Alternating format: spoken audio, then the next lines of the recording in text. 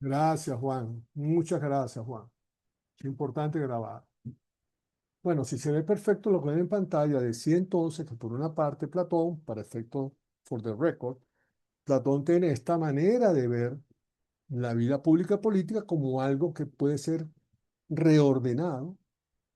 Yo puedo pensar un orden mejor que el que se presenta ante mí en la vida real, en la vida cotidiana, y puedo pensar un orden político porque tengo la facultad humana de pensar órdenes perfectos. Y como pueden darse cuenta, lo he hecho aquí en República. Logré pensar un orden político perfecto y a través de este orden político perfecto, si fuera posible llevarlo a cabo, bueno, la política dejaría de ser un problema, no existirían más conflictos y todos los seres humanos, cada quien dedicado a lo que le corresponde hacer, que es la gran tesis de Platón, cada quien debe hacer aquello que está mejor preparado según su naturaleza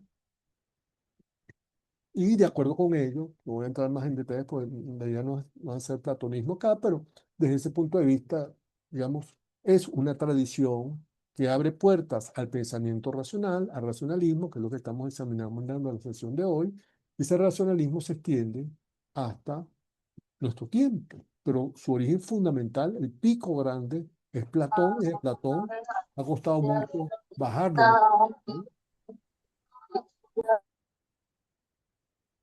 Ha costado mucho bajarlo plenamente.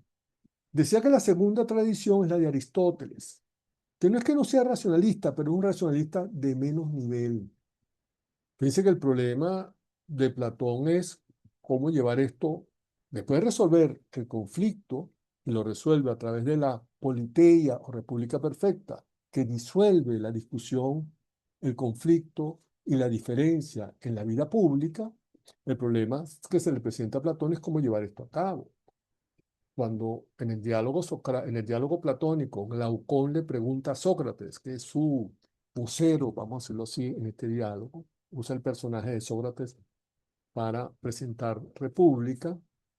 Glaucón le pregunta a Sócrates cómo una república como esta tan maravillosa que has pintado, que has diseñado, que has puesto, digamos, con todos sus detalles, cómo se puede llevar a cabo, cuál es el valor de esto. Bueno, la primera respuesta ya se las dije, es que soy capaz de pensar en ella y con eso basta. No voy a renunciar a pensar lo perfecto, y ahí está el punto de la razón fuerte. Pero en segundo lugar, dice que esta pensar repúblicas perfectas nos permite evaluar las existentes, porque no puedo evaluar lo que existe si no tengo algún tipo de baremo, algún tipo ideal a los Weber para medir cuál es la diferencia entre una cosa y la otra.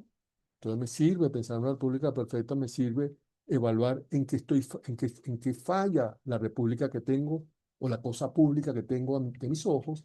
Y en tercer lugar, dice él, también nos da una guía de acción. Fíjense que está poniendo los tres puntos claves en la agenda de la filosofía política posterior. Pensar órdenes políticos perfectos es posible porque tengo razón para hacerlo. Segundo, ¿vale la pena hacerlo? Sí, porque mi naturaleza humana viene equipada con esa capacidad, con esa competencia de usar la razón para pensar órdenes políticos perfectos. Pero en segundo lugar, vale la pena porque con este orden político perfecto que yo diseño, que yo racionalmente dibujo, elaboro, puedo evaluar lo que existe y ver hasta dónde se aleja o se aproxima a este ideal perfecto.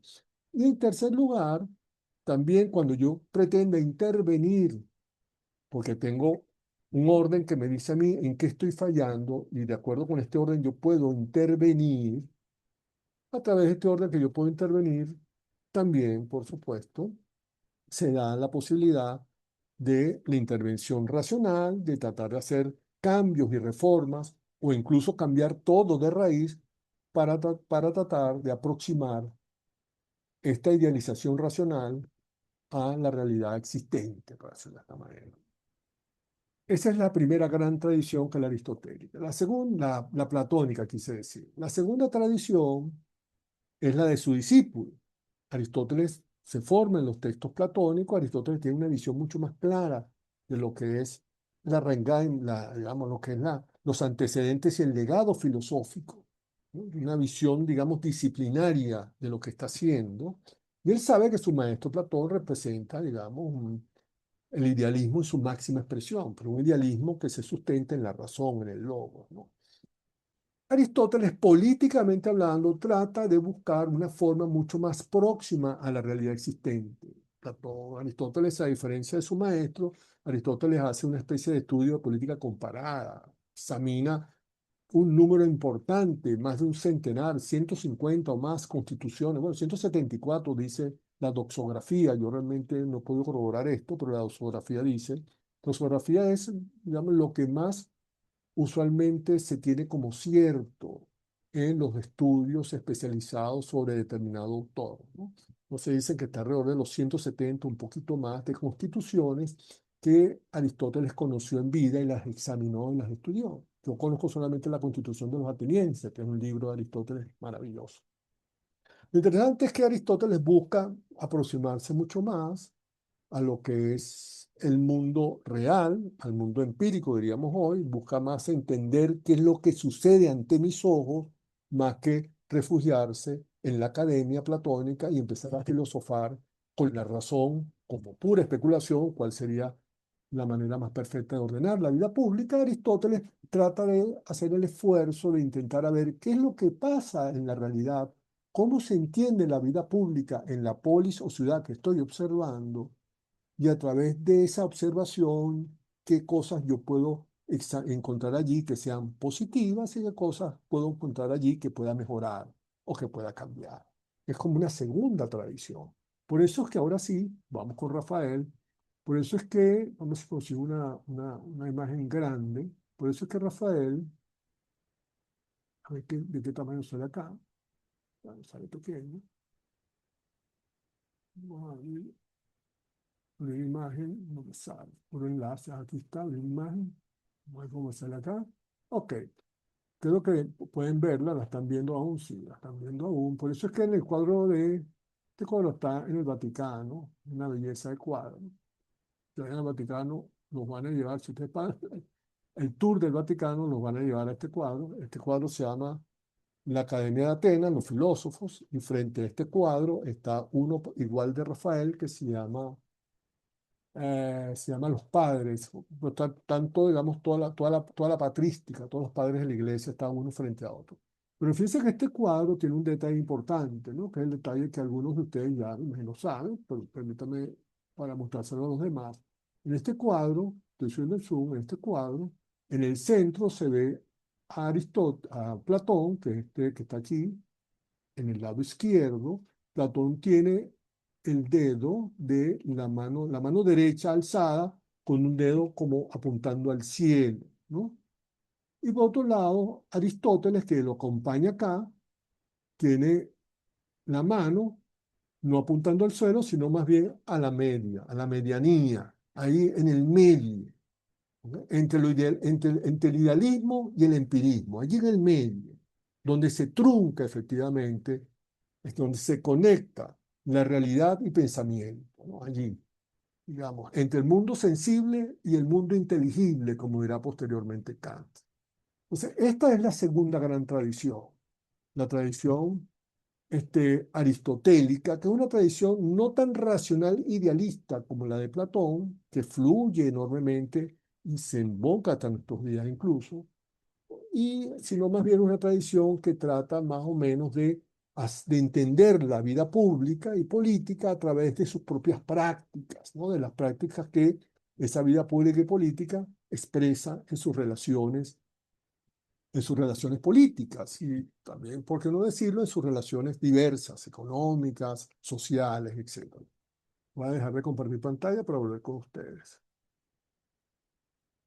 De tal modo, de tal modo que esa manera de entender a Aristóteles, la vida pública y política, se observa precisamente cuando uno lee Ética, por ejemplo, la Ética Nicómaco, que es la primera parte, o sea, al igual que su maestro, Aristóteles describe y analiza cómo sería un orden político no perfecto, pero sí estable.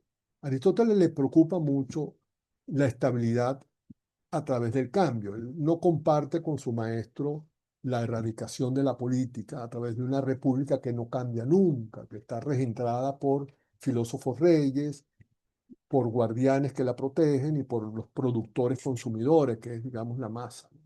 y que esa estructura se mantenga prácticamente incólume. No hay una movilidad política entre esas tres estamentos sociales en una polis perfecta a lo de Platón, sino que son estamentos estructurados de tal manera que quienes filosofan deberían gobernar porque tienen la posibilidad de alcanzar la verdad, de conocer la episteme y de saber qué es lo que más conviene en una sociedad.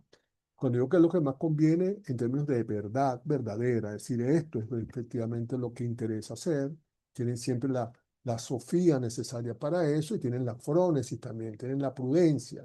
Sofrosine será la palabra que usa Platón para distinguir lo que es la moderación, lo que es la templanza, aquel ser del político que en Venezuela se usa mucho una frase, expresa más o menos lo que quiere decir Platón, pero se queda muy pequeña ante lo que dice Platón. Aquí le dicen la mano zurda. No tienes que tener mano zurda. Bueno, ese es el sofrosine platónico, ¿no?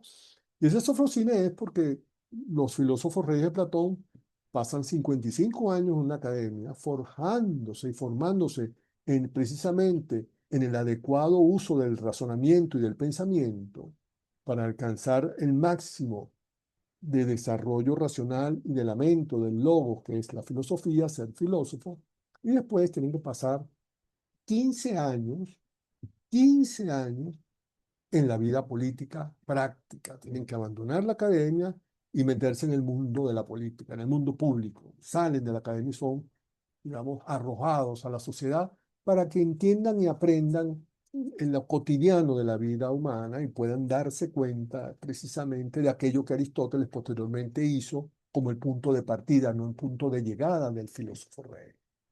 Aristóteles precisamente le preocupa empezar por comprender cómo funciona la vida pública en una determinada polis, en este caso en una ciudad, cómo funciona la vida pública allí, qué entiende la gente por bueno, correcto, justo, malo, qué se refiere la gente con político, con magistrado, qué entiende la gente por ley, y empieza a darse cuenta que hay todo un lenguaje que fluye y flota a través de la vida pública que Aristóteles trata de examinar detenidamente.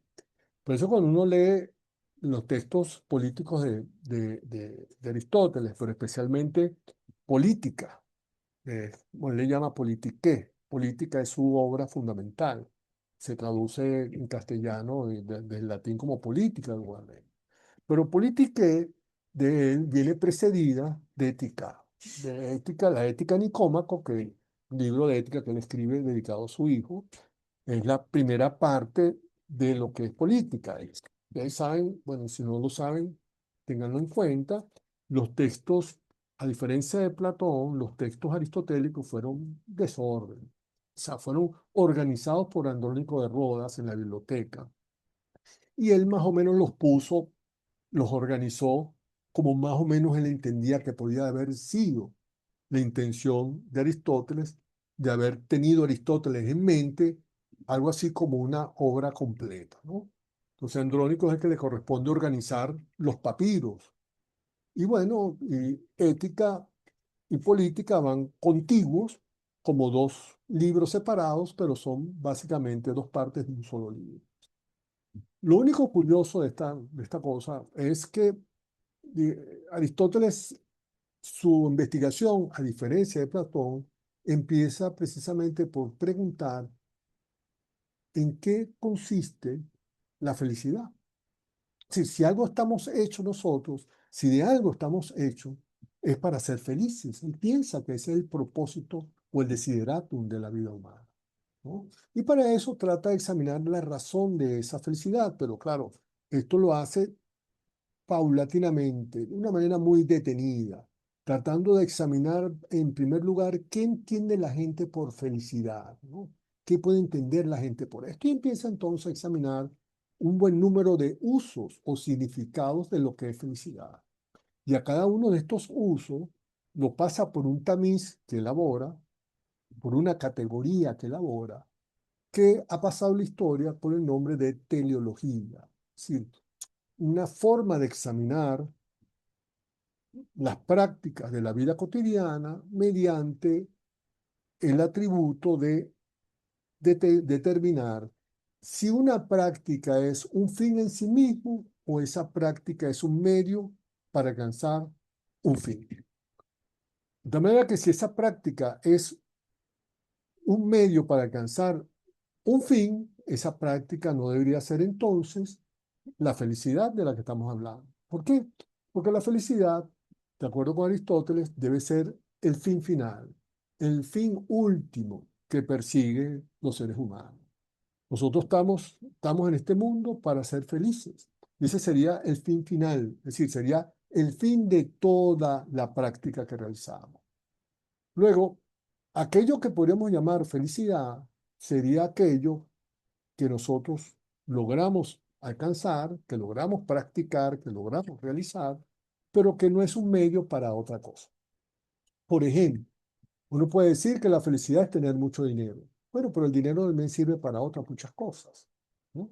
El dinero sirve para, para sembrar el terror, el dinero sirve también para, en- para subir de peso, el dinero sirve para cualquier cantidad de cosas diversas. El dinero, de hecho, es el medio por excelencia para alcanzar otros fines, ¿no? Entonces, por lo tanto, el dinero no podría identificarse como el propósito, el fin final que tenemos en la existencia. Aunque hay gente que tiene como fin final hacerse con mucho dinero, como alguien que preside los Estados Unidos, por ejemplo. Uno podría pensar que es alguien que está persiguiendo continuamente el dinero, sin embargo, el dinero siempre es un medio para otra cosa. En cambio, la felicidad, dice Aristóteles, es algo que después de obtenerlo no es un medio para alcanzar otra cosa, por lo tanto la felicidad se convierte en el fin final, de una forma muy práctica, muy sencilla y también como un mantel con cuidado sobre la mesa, porque sobre esto hay una profunda discusión. Lo interesante acá es que él empieza entonces a considerar no lo que él mentalmente piensa que es la felicidad, sino que él va a la polis, camina por la polis, va por el ágora, por las plazas de la polis, preguntándole a la gente qué entiende por felicidad. Y va apuntando en su cuaderno, esto es, en su papiro, y va anotando y puntualizando lo que la gente le dice por felicidad, y después de esto empieza entonces a analizarlo detenidamente. Y esto es maravilloso. El dinero nos divide, dice Clemencia, también el dinero nos divide. De tal manera que lo importante de ambas tradiciones es que Aristóteles, si se quiere, científico. Vamos a decirlo de esta manera, aunque suene un poquito extraño, pero es más analítico. Él va al mundo, él observa el mundo. Él tiene estudios hasta del cielo, tiene estudios sobre las plantas, tiene un libro de zoología. O sea, Aristóteles, digamos, desde ese punto de vista es genial, es inmenso, tan inmenso como su maestro, pero tiene un método de investigación distinto al de su maestro. Sin embargo, Aristóteles, como a diferencia de su maestro, él está consciente que la realidad, al igual, la realidad se corrompe, la realidad es mutable, cambia continuamente, pero a diferencia de su maestro, que considera que la verdad no puede estar en el mundo, porque la verdad es algo que no debe cambiar, la verdad, lo verdadero siempre es perenne, lo verdadero siempre será y es, ¿no? Como decía Parménides de Lea, pues es quien influye en esta tradición de entender que la verdad es algo que siempre es universal, una y siempre será la misma, que esto influye todo el pensamiento positivista posterior, influye enormemente en todo lo que ha sido la concepción positiva de la ciencia y de las leyes universales. Hay quienes piensan que la ley de gravitación es el ejemplo clásico, fundamental, de una verdad que se puede sostener en todo tiempo y en todo momento, en cualquier latitud de este planeta. Y hay quienes piensan incluso que esa relación de masa y distancia se puede sostener en cualquier planeta del universo. Bueno, lo interesante es que esta concepción de verdad verdadera que nunca cambia, en Aristóteles tiene otras cosas distintas con respecto a la vida política y pública, donde la vida política y pública, mira, puede ser sometida a cambio, ¿no? Es lo que nota efectivamente Aristóteles en su estudio comparado de constituciones, y se entiende por constitución no lo que nosotros entendemos hoy como una constitución, la bolivariana, no, no. Para Aristóteles, constitución esencialmente es el orden, o sea, el orden de instituciones, cómo una sociedad se ordena, y se organiza, ¿no? Más allá de las leyes y las estructuras normativas que pueden regir en una sociedad, en una polis, en una ciudad, lo importante de ella es cómo ella se va fraguando y cómo se va constituyendo. De modo tal que de esa manera Aristóteles le preocupa no es la resolución absoluta de la política, del conflicto, sino ver cómo este conflicto logra gestionarse, logra administrarse sin que ponga en peligro la estabilidad de una polis. Una cosa que Aristóteles siempre veía con mucha preocupación, pero con mucho enseño, con el ceño fruncido, era cuando se producían revoluciones en las polis. Cuando de repente llegaba una banda y tomaba por asalto el poder, mataba al arconte, era como el que rige los destinos, el que ejerce el poder ejecutivo de una ciudad antigua, liquidaba el Consejo de los 100, quemaba la asamblea, es decir, cuando venían revoluciones fuertes, violentas, Aristóteles se preocupaba mucho porque eran formas de destruir no solamente el estado de civilidad que tenía una polis determinada, sino que después de esa revolución, por lo general, lo que venía, de acuerdo con Aristóteles, era un desastre, era miseria y fracaso. De hecho, las polis terminaban por disolverse y extinguirse gracias a estas revoluciones, ¿no? Entonces le preocupaba mucho el hecho de la revolución a Aristóteles, y lo usa así en términos de revolución. Entonces él piensa, para hacerlo brevísimo, él piensa que la clase media es la más propicia. Entre los sectores sociales piensa que la clase media es el sector social que permite soportar, de acuerdo con Aristóteles, los dos grandes enojos de una polis. Es el enojo que existe, la tensión que existe entre los más ricos y los más pobres. Esa es una gran tensión.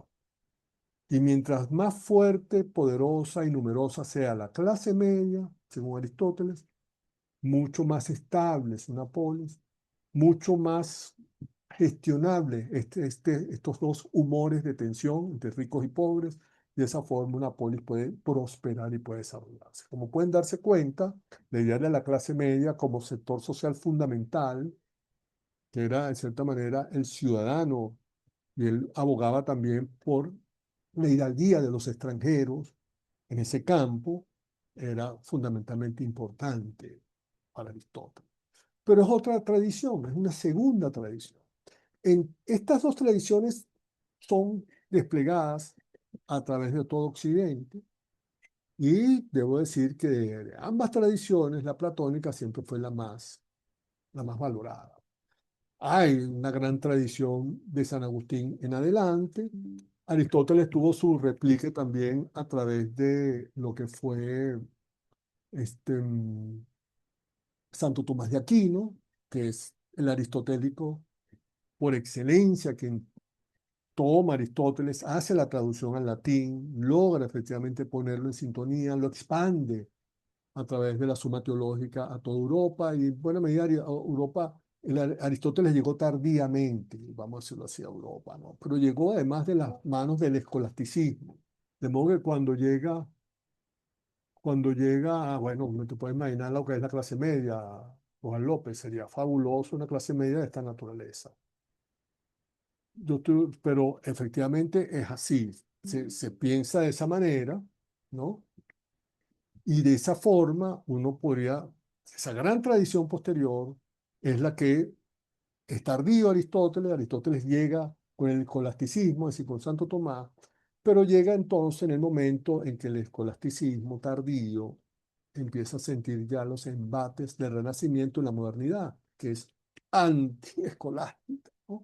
Entonces Aristóteles lo agarran, digamos, de sopa, pues. Todos los escolásticos, todos los pensadores los primeros pensadores de la modernidad, como Thomas Hobbes, por ejemplo, reaccionan de una manera virulenta contra el escolasticismo y contra Aristóteles. Que Aristóteles está en todos lados impregnado, son aristotélicos a veces en muchas de sus argumentaciones, pero Aristóteles lo tienen como el filósofo, como aquel que precisamente ha reinado en la época oscura de la Edad Media, y por lo tanto mejor es rechazar a Aristóteles hasta donde más no poder.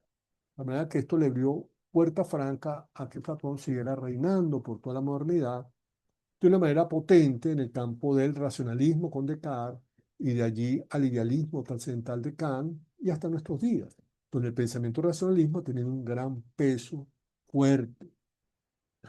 De nadie es un secreto que Hegel es un revisionista enorme de Platón y en cierta manera Hegel es la mejor expresión de la dialéctica platónica, la dialéctica hegeliana. Y sabemos que Hegel fue maestro de Marx y a partir de allí el desarrollo del pensamiento marxista se nutre profundamente de esta necesidad de buscar organizar la vida humana para que esta vida humana sea precisamente perfecta, que pueda florecer al máximo poder lo que ellos consideran es la naturaleza nuestra, de que estamos hechos y para que estamos en el mundo. Y claro, desde esa tradición también es natural que esta gente piense, que estos filósofos y las doctrinas que inspiraron hagan suya la idea de que es posible que podamos ver una sociedad como la venezolana y podamos organizarla de raíz y crear instituciones por decretos y a través de legislaciones, indistintamente que la gente las entienda o no, no importa, lo importante es que estén las leyes allí y podamos a partir de ahí entonces organizar una vida pública y política diseñada racionalmente por el uso de la razón, inclusive cuando la razón es comunicativa, la manera habermasiana, es decir, que podamos tener diálogos públicos donde podamos poner algunas validaciones en juego, de tal modo que la gente se pueda poner de acuerdo sobre aquello que efectivamente es y no es, y a través de esas validaciones públicas lograr, por la acción comunicativa, lograr una situación ideal de diálogo donde la vida pública y política pudiera florecer a través de una mejor manera de organizar nuestras instituciones que la existente.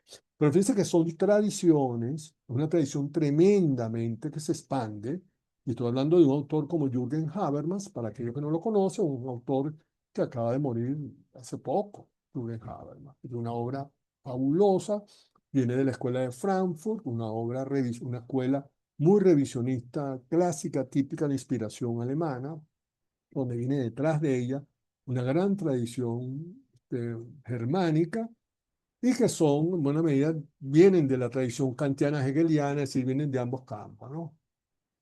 Y están usando el WhatsApp, yo lo leo por acá porque me llega, la tradición del pensamiento político, por ahí publicaron un texto de Hanan que recomiendo también leer para estas cosas. Pero lo interesante es que esta gran tradición, una tradición que se expande, ¿no?, hasta nuestro tiempo. Luego, en la década del 60, es una década clave del pensamiento occidental, porque en 1960 no solamente se produce este tipo de texto como el de Hayek, que estamos examinando, que critica el racionalismo, que lo ponen, digamos, en bandera, en blanco y negro.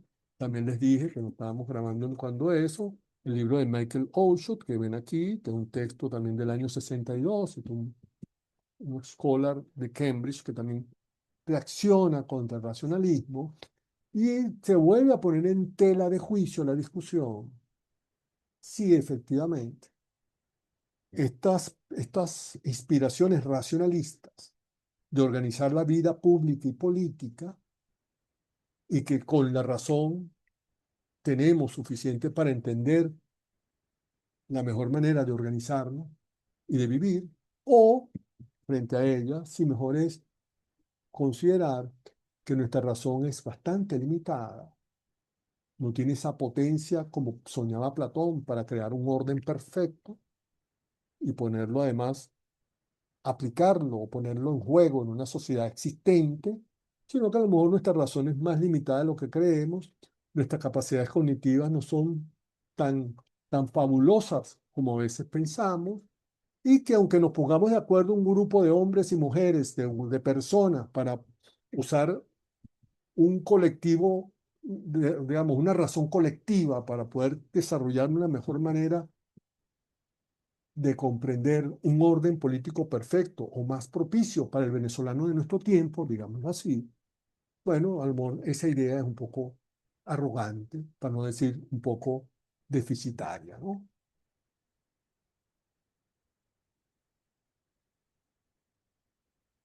No, claro, por supuesto, Sheldon. Lo que pasa es que no me quiero ir, no quiero, digamos, aterrizar, Sheldon, de ninguna manera, profundizar en ninguno de estos, ni siquiera en Market, estoy trabajando aquí.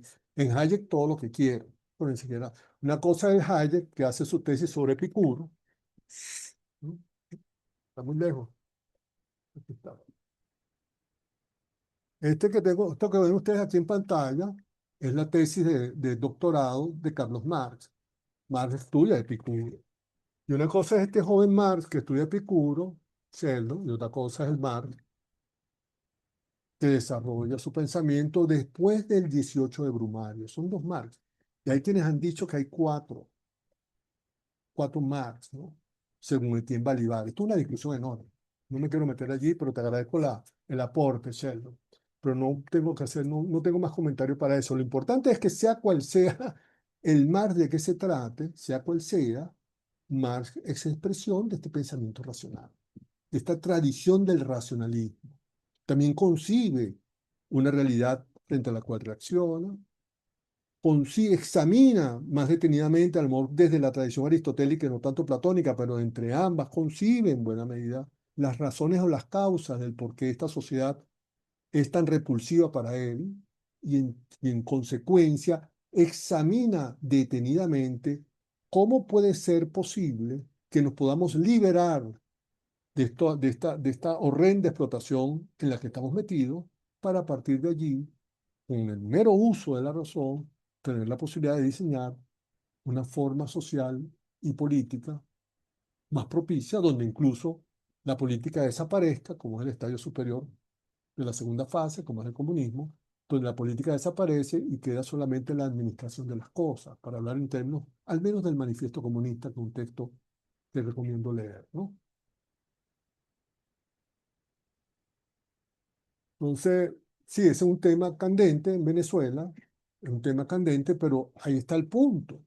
El punto es digamos, el hecho que estemos conscientes de los desvaríos de la razón, porque ojo, cuidado, citando a la misma Hannah Arendt, Auschwitz, o sea, el centro de reclusión y exterminio judío que los nazis desarrollaron de una manera potente, creo que fue en Polonia, pero se llama Auschwitz, más allá de las teorías de las conspiraciones, que eso fue un invento, que eso no existió, pero más allá de eso, simbólicamente al menos, Auschwitz es expresión, dice Hannah Arendt, de lo que es el uso de la razón. La razón llega hasta allá. La razón es capaz de diseñar esas cosas. Entonces, la razón mm, es, es realmente un tema complicado porque a veces se abusa de la razón. Y esto es una enseñanza hayekiana plena. Hayek concluye precisamente en este capítulo que él no pretende de ninguna manera menospreciar la razón. La razón es algo fundamental del ser humano. El problema de la razón es quienes abusan de la razón, quienes creen que el mero argumento es suficiente para cambiarle la vida a millones de seres humanos de un plumazo. Nosotros hemos sido no sé si llamarnos víctimas, pero hemos sido testigos de cómo la razón enloquecida decretaba y decretaba cosas desde Miraflores en estos 25 años que han pasado. ¿O no? Los leo, por favor. No hemos sido testigos de eso. Los estoy leyendo en el chat o por WhatsApp, por donde ustedes quieran disparar. Por la palabra, pues los micrófonos están abiertos. Yo creo que cerré solamente fueron los videos. Limitada no, Wilmer. Yo diría peligrosa. Porque quien no tenga la posibilidad de entender que la vida humana también está constituida no solamente por razón, la vida humana también está constituida por sensaciones, por lo que la gente siente. La vida humana no es mera razón, la vida humana también es amor, o son amores, ¿m? Son tristezas, son alegrías, son amistades, enemistades, disgustos. La vida humana es muy compleja para reducirla a una máquina racional. Luego, irrumpir como un trueno con la razón como estandarte, para irrumpir en una sociedad que tiene años y años fraguándose y tratando de resolverse de una u otra manera, mira, es una lección que yo no quiero vivir, es algo que ya hemos vivido, ya nosotros, ya lo hemos vivido. O sea, eso de creer de que se puede crear una república de la nada, ya lo hemos vivido. Esto nos ha traído hasta acá. La pregunta aquí más bien es si hay gente que pierde la razón por amor, Wilmer. Está bien, perfecto. Y está bien, es la prueba palpable de que hay cosas que son de ese tipo, pero la razón no es totalmente suficiente para él. Pero ese es el tema del racionalismo, es el tema más complicado de esta tradición. Y a veces nosotros somos de ese tenor.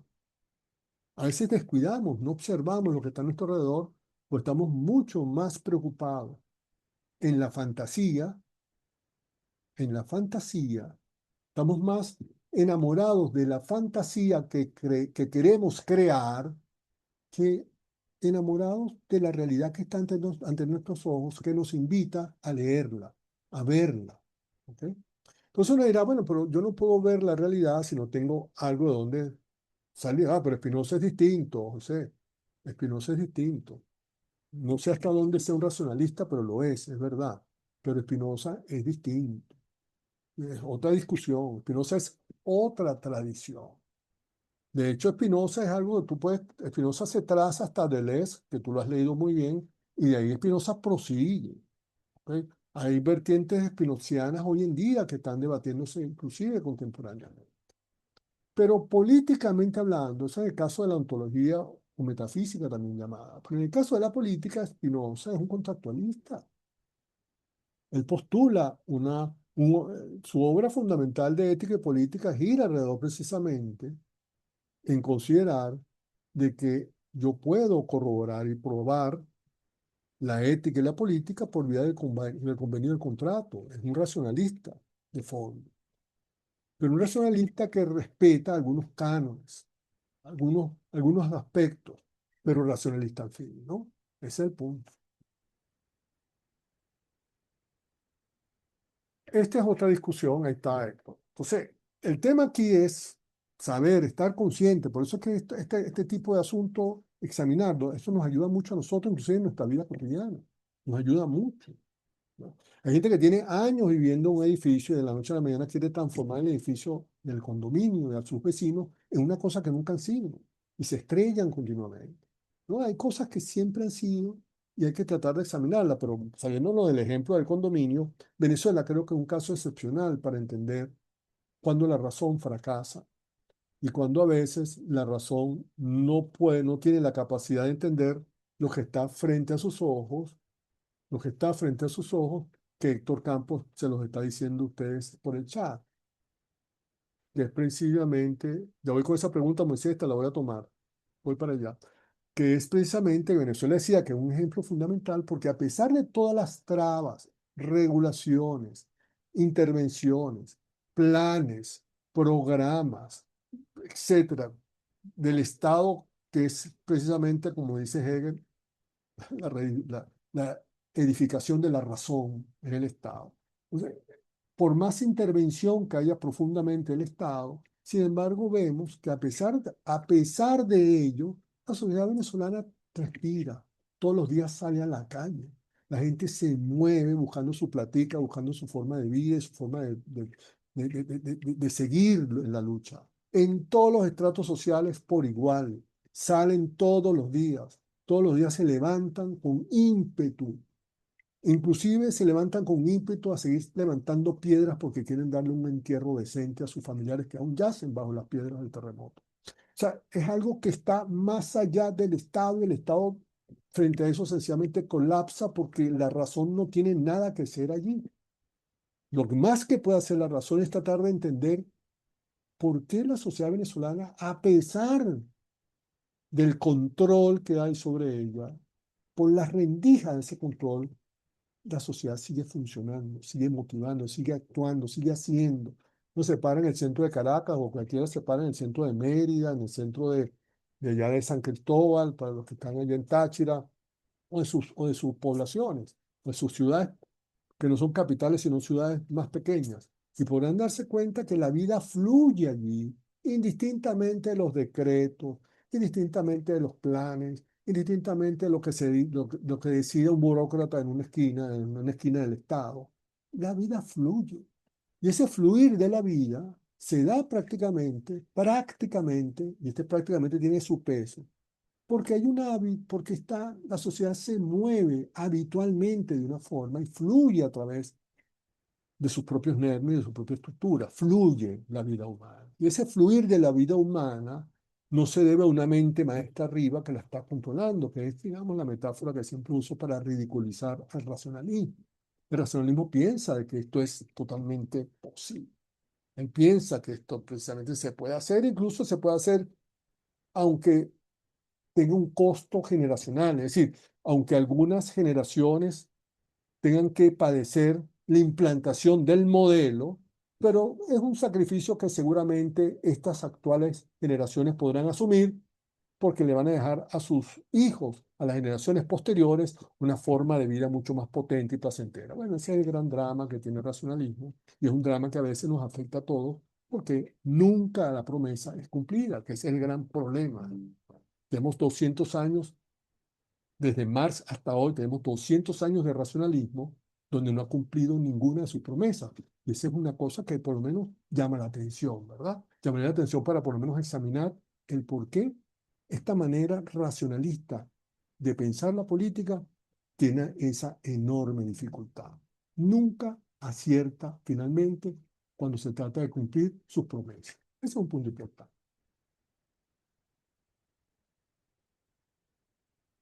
Aquí dice Wilmer, cuando se cree que la razón puede reorganizar toda la sociedad de arriba, se cae en lo que él llamó constructivismo racionalista, una confianza excesiva en la capacidad humana para planificar. Bueno, ese es el tema del constructivismo, que es un tema muy especial también. Hayek tiene una obra que se llama Crítica al constructivismo, una obra maravillosa, también esa obra es del 56, 57, pero está antes de la década del 60, antes de la publicación de Fundamentos.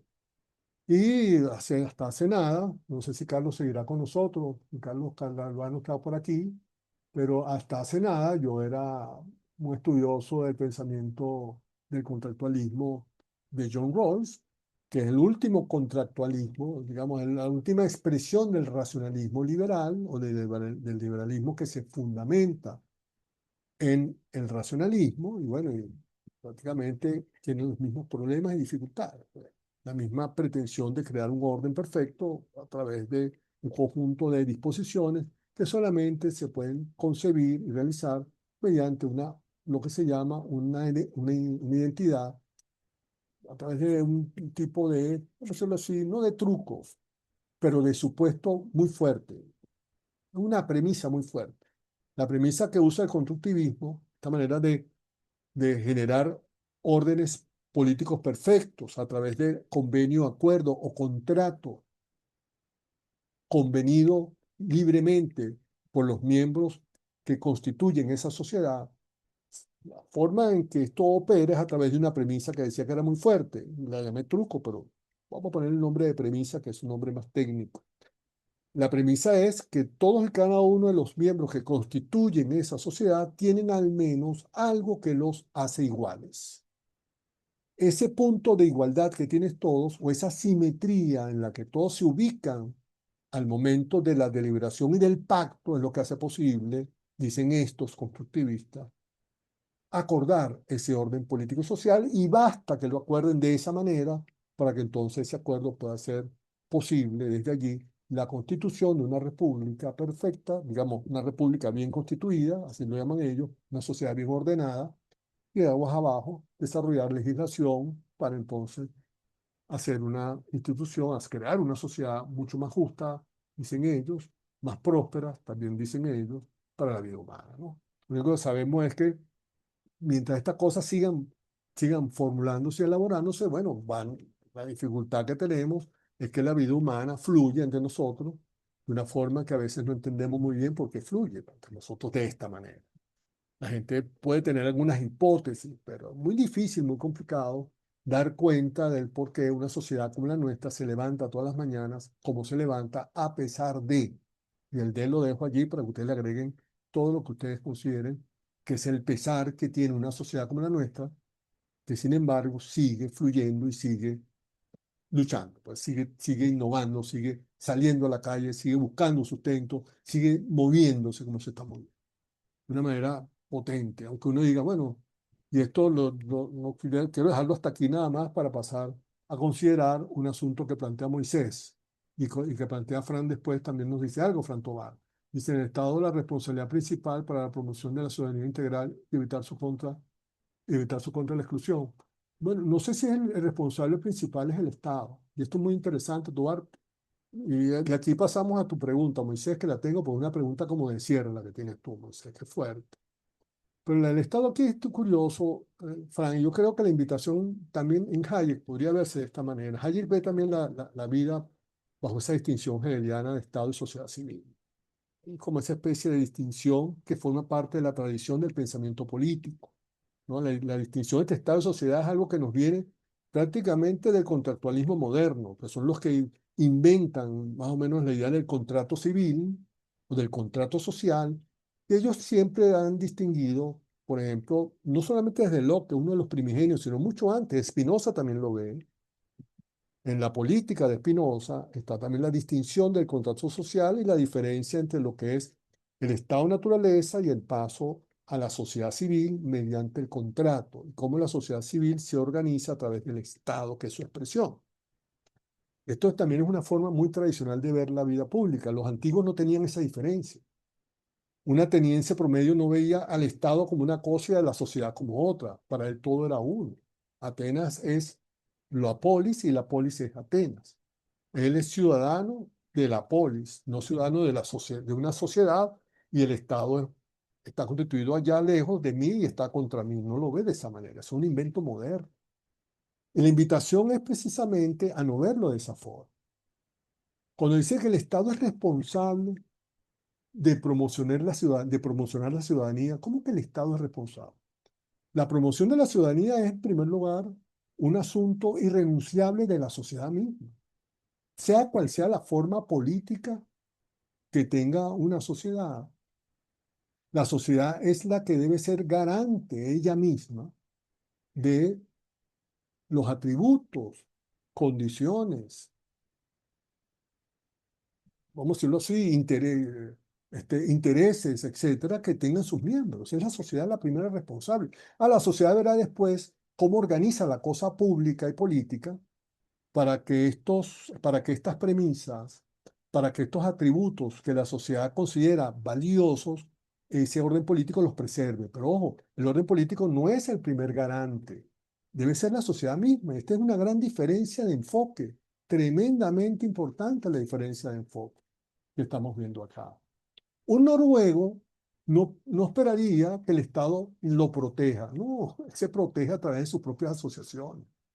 Él tiene asociaciones en todos lados. ¿Sí? Es lo que más o menos Tocqueville descubrió de una manera tremendamente potente cuando hace su libro La democracia en América, ¿no? Cuando él va a Estados Unidos, él dice, él señala, que son miles de cosas maravillosas, que el gran secreto de los estadounidenses fue encontrar la manera de asociarse, porque forman parte de diversas asociaciones. Entonces la sociedad es algo así como un tejido, lo que llaman aquí tejido social en Venezuela, muchos sociólogos usan ese nombre, del tejido social. Y cómo el tejido social es lo que hace posiblemente, de acuerdo a este enfoque, que quienes gobiernan no abusen del ciudadano común, del individuo, porque entre el individuo y el gobierno hay una red de asociaciones civiles, ¿no? Gremios, sindicatos, colegios profesionales, gremios universitarios, ¿no? O sea, inclusive hasta gremios, hasta clanes familiares, es decir, formas de asociación que hacen muy difícil que haya un abuso del gobierno sin que quede registro y sin que haya reacción de la ciudadanía. Bueno, pero fíjate lo importante que es que la ciudadanía sea la responsable de sus propios atributos, de sus propias condiciones. Entonces, la responsabilidad del Estado principalmente no es promover la ciudadanía integral, no. Digamos, la función principal del Estado, y del Estado me refiero del gobierno, porque la legislación, ojo, es algo también muy importante establecer. Aquí es un tema medular, pero es chévere dejarlo claro a esta altura del seminario.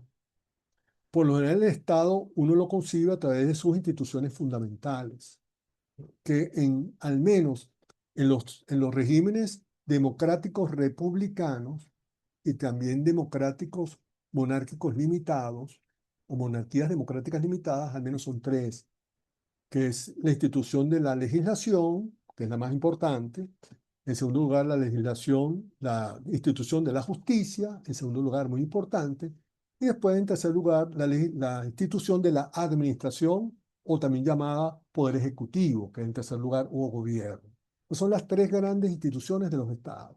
Entonces, la legislación es una institución del ciudadano. El ciudadano elige sus representantes para que legislen en su nombre, pero es electo por los ciudadanos.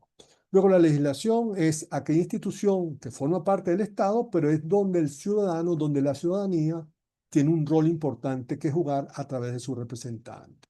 Luego, es garante el ciudadano de tener representantes que efectivamente representen sus intereses y sus inclinaciones, sus necesidades más importantes. Eso implicamos en primer lugar.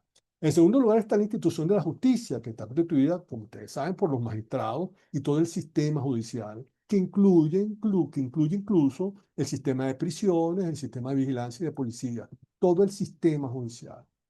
Eso también es una institución ciudadana. ¿Por qué? Bueno, porque los magistrados y aguas abajo, todo el sistema judicial está también conformado por decisión de los diputados o parlamentarios que los ciudadanos eligen para que estos a su vez designen por el mecanismo atribuido a los parlamentos los magistrados correspondientes. Y de ahí aguas abajo. ¿Ok? De tal manera que la ciudadanía también debe ser responsable cuando elige sus representantes, de que estos a su vez sean cónsonos y ¿cómo se llama? Sean correctos, sean cuidadosos mejor, sean cuidadosos para elegir las magistraturas y quienes administran la institución justicia. Y en tercer lugar está el gobierno. El gobierno también es electo por los ciudadanos.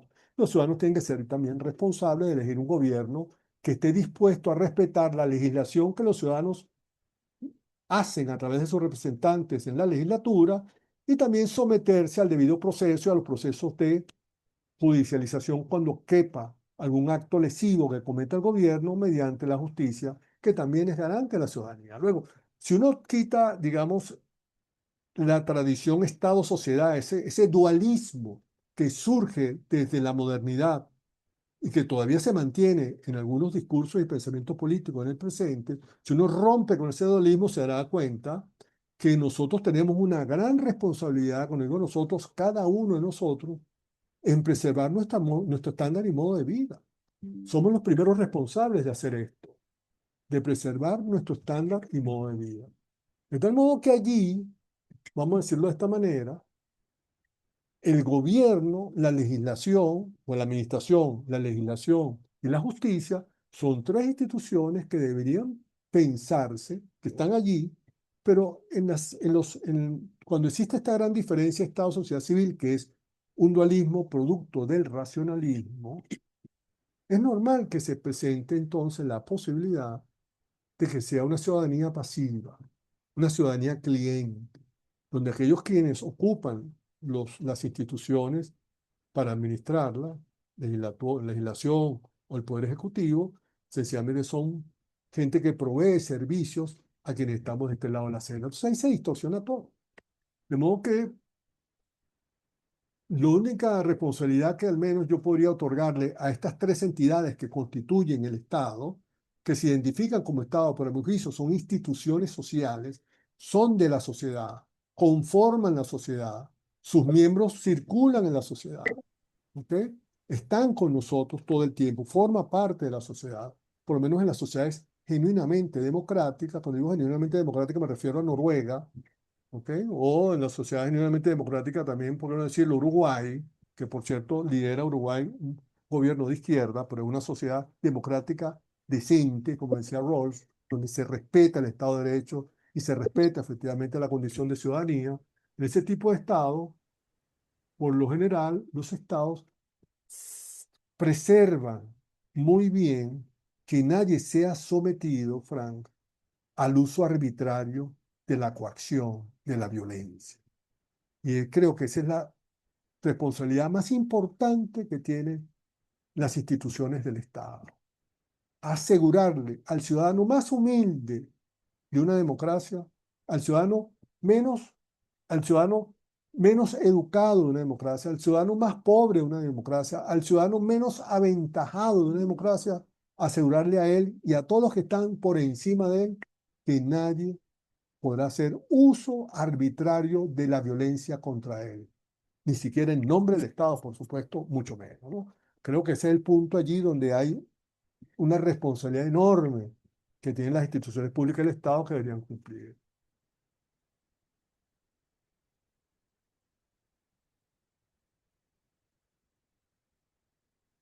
Voy contigo sobre la libertad, sea un asunto más racional que sensible o al revés. Cuando nosotros examinamos, Moisés, el tema hayeksiano sobre la libertad, identificamos una cosa muy importante. Hayek no hace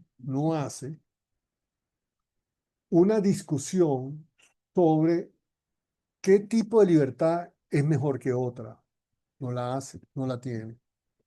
También recordamos en la oportunidad que Hayek tampoco precisa examinar cuál es la verdadera libertad frente a otras que hay por allí. Tampoco esa es la discusión. Luego, hay varias formas de vivir la vida y varias prácticas en la vida cotidiana que usualmente la gente las denomina modos libres de vivir o maneras libres de actuar. ¿Ok? Y hay muchas formas de hacerlo, muchas maneras de hacerlo. Entonces, una forma muy racional de ser libre, y hay gente que actúa en correspondencia de esa manera, es cuando la persona solamente se siente libre cuando actúa consistente y coherentemente con sus principios morales. Yo tengo un conjunto de principios morales y de acuerdo con ese conjunto de principios que me dicen cómo actuar en determinadas situaciones, cuando estoy ante una situación así determinada, luego yo ni siquiera evalúo mucho la situación, sino que sencillamente actúo de acuerdo como me dice el principio. Pero primero tengo los principios en mi razón, convencido que son verdaderos, y luego a raíz de ellos actúo en correspondencia. No me detengo si mi forma de actuar genera consecuencias inesperadas. No me detengo si mi manera de actuar le puede caer mal a otras personas que estén allí o incluso pueda generar daño a un tercero, sino que actúo porque mi principio me dice que es la forma correcta, verdadera de actuar y actúo en correspondencia. Fíjate que ahí es una forma donde la razón es el leitmotiv. La razón es la causa de la acción, la que te dice cómo actuar. Es una forma muy racional de ser libre. Eso es lo que en el texto de Hayek, en el capítulo 1, uno puede leer como libertad interior, le llama él. Pero hasta ahí él no la califica aún de racionalismo, porque el racionalismo es una cosa mucho más fuerte, porque es toda una tradición, donde hay formas racionales de ser libre, como la que te acabo de exponer, ¿ok? Pero lo más importante aquí es la forma como el racionalismo concibe la vida pública y política como cosa que yo puedo racionalizar e intervenir a voluntad. Puedo cambiarla y modificarla. Esa propensión del racionalismo es el peligro potente. Eso no niega que una persona muy creyente religiosa tenga un conjunto de preceptos morales en su mente que por razón él considere que son totalmente verdaderos porque son dictámenes de Dios, y la razón lo que puede nada más es reconocer que si es un dictamen divino debo actuar en correspondencia y hasta ahí mi razón obedece sin culpa y actúa en correspondencia. Luego, esa manera de ser es una manera, como puedes ver, muy racional. Pero las libertades, por lo tanto, pueden ser de diverso tipo, de diversas formas de expresión. Otra, la manera como uno elige gobernantes, como veíamos en la anterior pregunta de Frank Tovar, vimos que el Estado al menos tiene tres grandes instituciones. Y de esas tres grandes instituciones, el ciudadano común elige su representante al legislativo. Esto a su vez, en nombre de los ciudadanos, eligen magistrados, y también el ciudadano común elige presidente o gobernantes del Ejecutivo, o a veces en las monarquías limitadas, como es España o como puede ser Reino Unido, Inglaterra, por ejemplo, la elección del Poder Ejecutivo se hace por vía parlamentaria, pero estos parlamentarios representan, digamos, la opinión de sus representados. Pero lo interesante es que allí, cuando un sujeto ejerce la elección de sus legisladores, cuando un sujeto ejerce demandas ante el sistema de justicia, el sistema de justicia le responde. Cuando una persona hace contraloría de cómo se administran los asuntos públicos y denuncia y demanda en correspondencia, se dice que este sujeto tiene libertades políticas, está ejerciendo sus libertades políticas. Entonces, ¿esta libertad política acaso es mejor, peor o distinta a la libertad de los principios morales racionales? No, no es mejor ni peor, es un tipo de práctica en la cual quienes realizan esa práctica, elegir sus gobernantes, hacer contraloría, denunciar, etcétera, consideran que están ejerciendo sus libertades políticas. ¿Que existen esas libertades políticas? Claro que existen, la gente actúa en correspondencia, uno tiene que identificarla. Ahora aquí, ¿qué tan emocional o qué tan racional es esa libertad política? Bueno, depende de la libertad política en particular y de la sociedad o de los sujetos que estén realizando. Tenía que hacer un estudio empírico para saber qué tan racional o no, qué tan emocional o no es una libertad política determinada. Cuando una gente actúa por la libertad, no es ni racional ni emocional. Quien es racional y emocional es el agente, la persona que en correspondencia actúa. Y de acuerdo con su actuar, uno puede identificar si está actuando libremente o no. Y cuando actúa libremente, ¿en qué contexto, en qué medio, bajo qué principios o preceptos? ¿Cuál es la premisa de la acción? Es una discusión moral.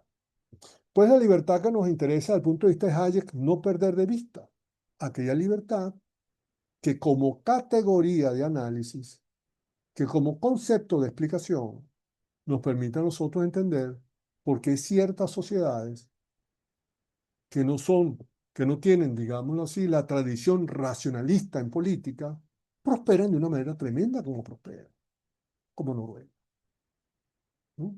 Prosperan de una manera extraordinaria como prospera Inglaterra.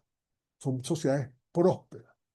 Pero ¿cómo se hizo posible eso si no hubo una tradición racionalista que impulsó esa labor? ¿No? Ese es el punto aquí clave de entender, ¿no? Y cuando digo racionalista es, digamos, con estas pretensiones como la que vivimos en Venezuela, que la revolución bolivariana llegó con una pretensión racionalista completa. Es decir, tenía diseñado al hombre nuevo, así le llamó el finado Chávez, tenía diseñado al hombre nuevo, al venezolano nuevo, ¿no? Que iba a vivir en esta tierra porque este venezolano que te habla, o los que estamos aquí, parece que estamos defectuosos, y él iba a crear un hombre nuevo en Venezuela. O sea, esto es una prédica, como ustedes saben, que se puede rastrear al menos desde la antigüedad hasta hoy, esta pretensión siempre de crear un hombre nuevo, ¿no? Platón aislaba a los niños recién nacidos en su idealización. En el programa político platónico se trataba de que los niños que nacían, agarrar los bebés muy pequeñitos y ver si tenían las medidas correspondientes de cráneo, de extremidades, si tenían el peso, si se comportaban como bebés, muchos con mayor talento y mayor ingenio, inteligencia, etcétera, eran mucho más avispados, para decirlo, más vivos que otros, y los otros que estaban por allí los desechabas. Y estos, lo desechaba, digo yo, los volvías de nuevo a la polis, y estos pequeños que eran recién nacidos, los incorporabas entonces a un sistema de formación de guardianes, como las Fuerzas Armadas, pero de chiquitico, de muy pequeño, al cuidado de gente especializada para criar niños. Y ojo, un punto importante para Platón, estos niños nunca podían conocer sus padres, eran separados de la familia en la utopía platónica. ¿Por qué? Porque Platón pensaba que si estos niños conocían a sus padres, si algunos de estos niños llegaban a ser filósofos reyes, regentes de una sociedad, de una polis, quiero decir, iban a favorecer a sus familiares. Por lo tanto, ellos podían conocer a sus familiares. Hasta allá llega la razón a pensar cosas de esta naturaleza, ¿no? De manera que la idea de crear un hombre nuevo y formar a alguien de raíz para crear, tú sabes, esto es un ideal occidental que viene del hondo, de lo más antiguo y arcano de lo que nos ha perseguido. Y entiendo que cambiar estas cosas, entiendo que una sociedad no puede prosperar bajo estas ideas. Este es el gran problema, que no puede prosperar. Y yo les pregunto a ustedes y los leo, ¿es que acaso en Venezuela no hay esta tradición de fondo? No en los políticos. Los políticos ya sabemos que la hay, pero no la hay en el taxista que nos habla a nosotros y nos pinta lo que debe hacerse en Venezuela. Un taxista es un arquitecto político. ¿Ah? En todos lados hay gente que siempre tiene buenas ideas de cómo deberían conducirse las cosas. Esto forma parte de la cultura. Y es tremendo, porque es muy difícil prosperar con gente que cada vez que agarra el gobierno cambia todo lo anterior para hacer cosas nuevas porque quiere ser distinto y diferenciarse.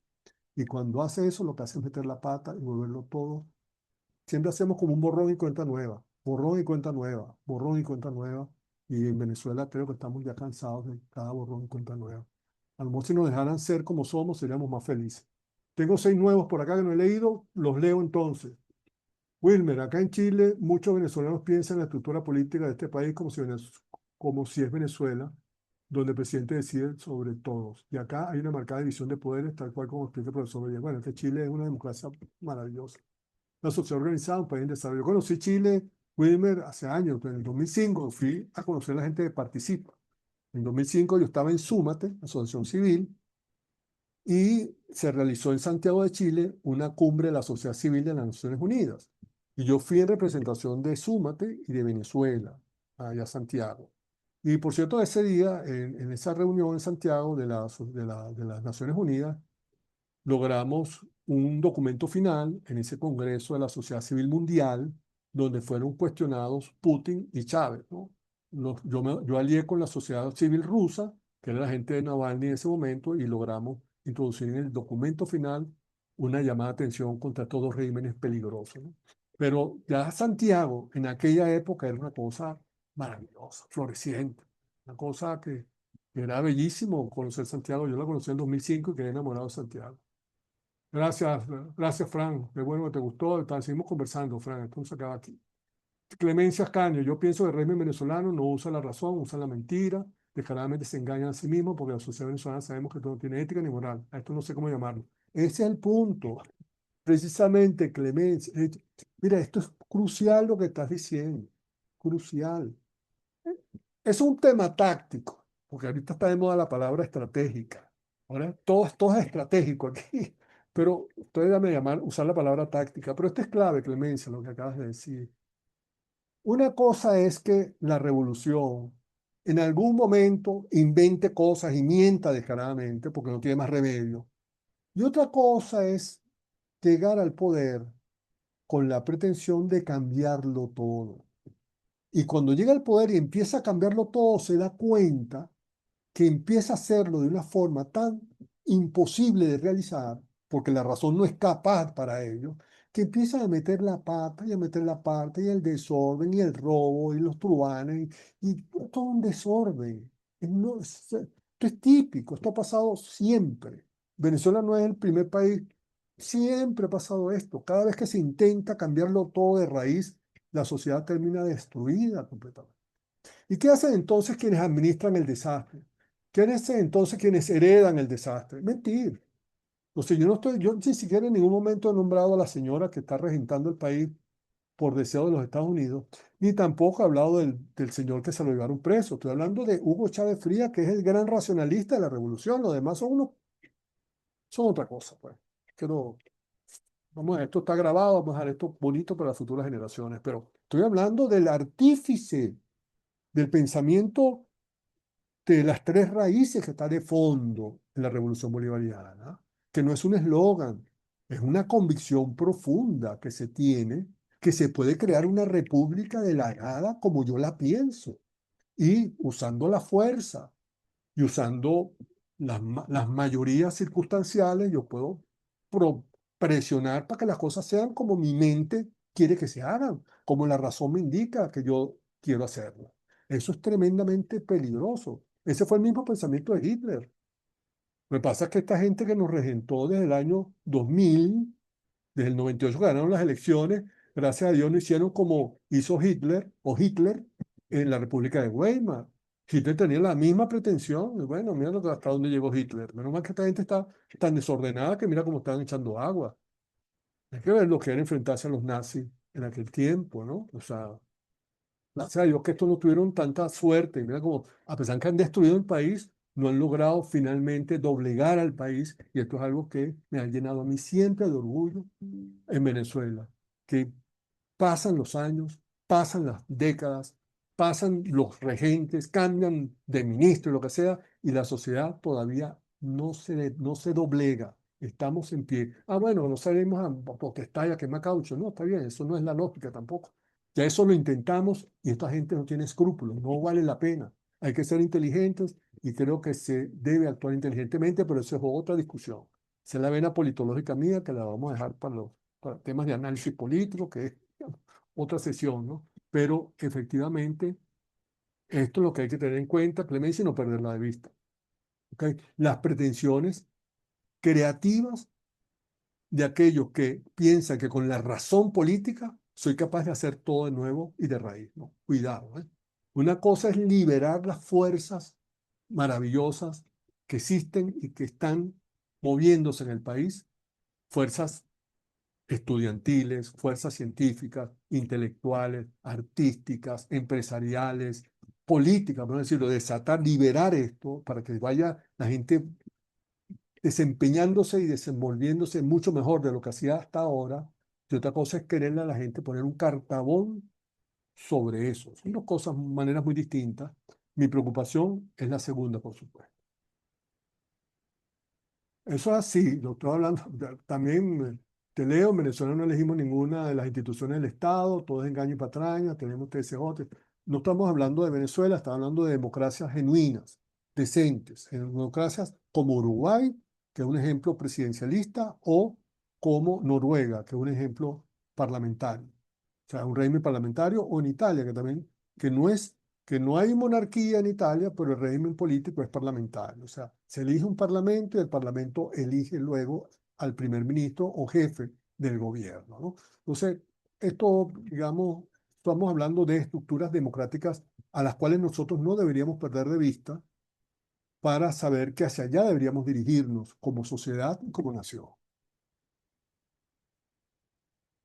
El nuevo malandro, dice John. Gracias, está bueno el chiste. Los nazis, sí, así es. Nunca entendí ese libro azul de Chávez, parece textos pegados en el... Bueno, yo no, bueno, es un racionalismo no irracional. Cuidado, hay racionalismos que son muy racionales. Insisto, el ejemplo hitleriano es muy racional. ¿Ok? Hay ejemplos que son muy racionales, terminan en locura, evidentemente. Es la paradoja de la razón. Es la paradoja de la razón. Hay un libro maravilloso de John Elster que se llama Ulises y las sirenas. Un texto maravilloso, texto de los 60 también, casualmente. Se llama John Elster. John Elster él es de Oslo. Elster. Lo digo de Sam. El de él bueno, se llama Ulises y las sirenas. Y ese libro es un libro donde está Elster. Bueno, me salió por Wiki. Vamos para atrás. Este es un texto maravilloso, se consigue en todos lados, vale la pena, un libro que vale la pena. Por ser este libro, se los pongo aquí, está medio borrosito, pero se lo voy a poner en pantalla. No dejen de leerlo, un libro maravilloso. Este es un libro también que fue publicado por los 60, ahí lo tienen en pantalla. Está editado por el Fondo de Cultura Económica, es un breviario. Estudios sobre racionalidad y racionalidad, un libro potente, porque esto que estamos considerando, esto que estamos discutiendo, es precisamente es una discusión de la década del 60. Lo curioso es que estamos en el 2026 y como pueden darse cuenta, esta es una discusión que en Venezuela aún resuena, porque en Venezuela no se ha dado esta discusión. En Venezuela no hemos discutido efectivamente sobre los peligros del racionalismo en política. No lo hemos discutido. Más bien, el debate público en Venezuela, yo ahorita que están en Venevisión transmitiendo señal abierta, uno ve que pasan los políticos por allí, Y uno lo que observa es que los políticos en Venezuela siguen debatiendo y discutiendo cómo deben hacerse las cosas y diseñan mecanismos de negociación, esto tiene que ser de esta manera, la otra, en términos de una discusión argumental que está enmarcada en un debate que solamente puede ser concebido y zanjado por vía de la razón, por vía del racionalismo. Entonces, o sea, estamos en el marco precioso del racionalismo, donde se está hablando de reconstrucción y estamos sencillamente evaluando qué mejor maqueta es la que queremos para La Guaira, por ejemplo. ¿Ok? Sin siquiera saber si la gente de La Guaira, porque han diseñado hasta riberas francesas para hacer en La Guaira, ¿no? Si cosas, digamos, para hacer de La Guaira algo así como una ribera francesa a todo tren, ¿no? Sin siquiera pensar si la gente que es de La Guaira, esos 400.000 habitantes que hay en La Guaira, ¿qué opinan? ¿Qué piensan? ¿Qué desean? ¿Hacia dónde se mueven? ¿Cómo ven ellos la cosa? ¿Cómo piensan? No, no, se está debatiendo ya cuál es el cascarón que se le va a poner a La Guaira sin detenerse a pensar siquiera si la población de La Guaira, cuando digo La Guaira del estado Vargas, toda la población de La Guaira tiene tradiciones, tiene creencias de fondo, tiene alguna idea, tiene algún acervo. Hay cronistas que han escrito cosas.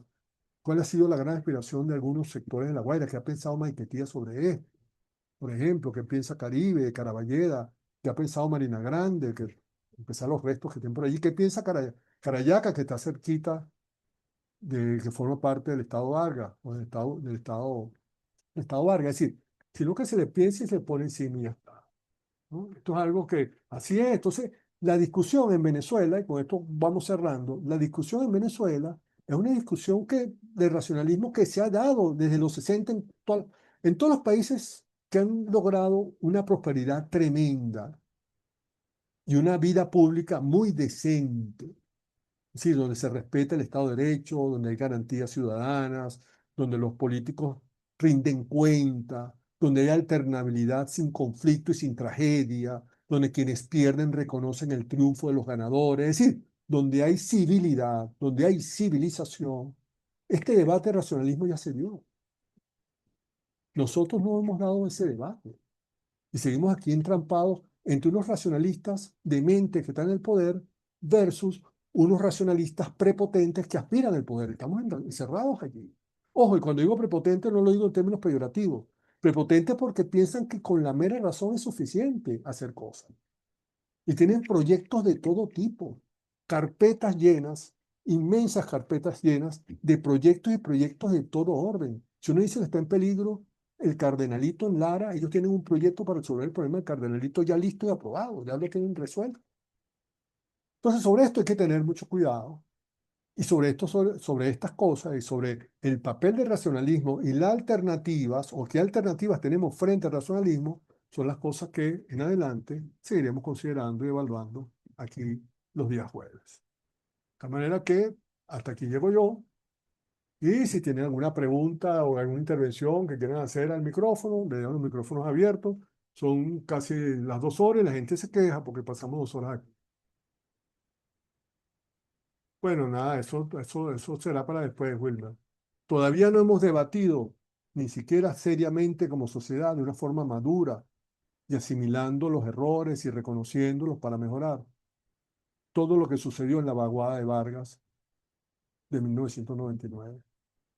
Hubo 20.000, al menos 20.000 desaparecidos. Entonces, el registro Guinness ubica entre 20 y 30.000 los desaparecidos en Vargas. Desaparecidos. Y la vida sigue, y la vida siguió. Gracias, Héctor. Gracias a todos. Si no tienen algún aporte que hacer, comentar lo que quieran, los micrófonos están abiertos. ¿Ok?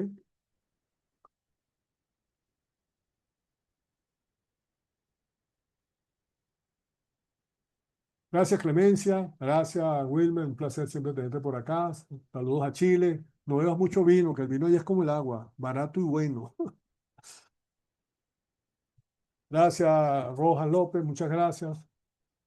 A la orden siempre. Nos vemos el próximo jueves. Vamos a seguir manejándonos en este plano, sencillito. Vamos a poner unas cosas en tradiciones para no atarnos tanto al texto. Espero que de esta manera nos podamos manejar mejor y ustedes se sientan más cómodos. Bueno, amigos, hasta aquí voy a dejar la grabación. Voy cerrando la grabación con él. Hasta la próxima clase.